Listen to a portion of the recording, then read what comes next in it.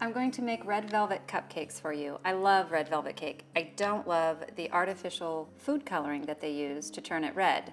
So we have real beets to give it some red coloring and also some added nutrients. I'm going to add all of my dry ingredients first. I have about 2.5 cups of almond flour here, 3 tablespoons of cacao powder, 3/4 teaspoon baking soda, 1/4 teaspoon of salt. I use kosher sea salt. Now I'm going to mix this up.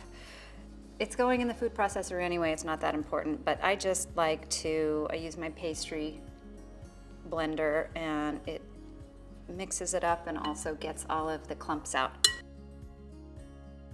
In my food processor, I have 2 eggs. I'm adding 1/3 cup of coconut oil, melted, 3/4 cup of maple syrup, and I always use real dark maple syrup, juice from 1/2 lemon.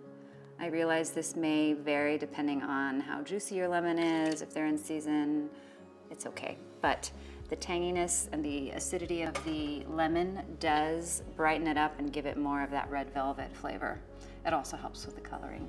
1 tablespoon of vanilla. And finally, I have a whole beet. This is a rather large beet. You want somewhere between a medium and a large size beet. I've already steamed it. You can roast it, just pop it in the oven, roast it, put some gloves on, and then the skin will peel right off. Or you can peel it and steam it.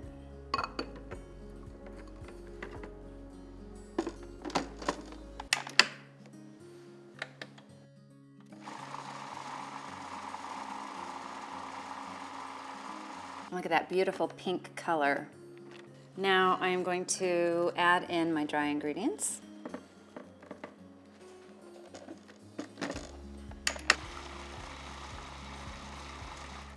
So I'm actually at less than 2 minutes that took, and it's perfect. I have my oven preheated to 350. I'm going to bake these for about 20 to 30 minutes. You could do 350 convection and bake them for 20 minutes, or 350 regular and bake them for about 30 minutes. Let's put these in the oven and see how they look.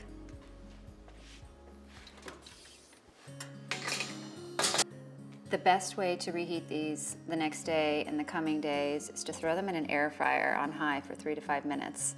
They come out moist on the inside, perfectly crisp on the outside.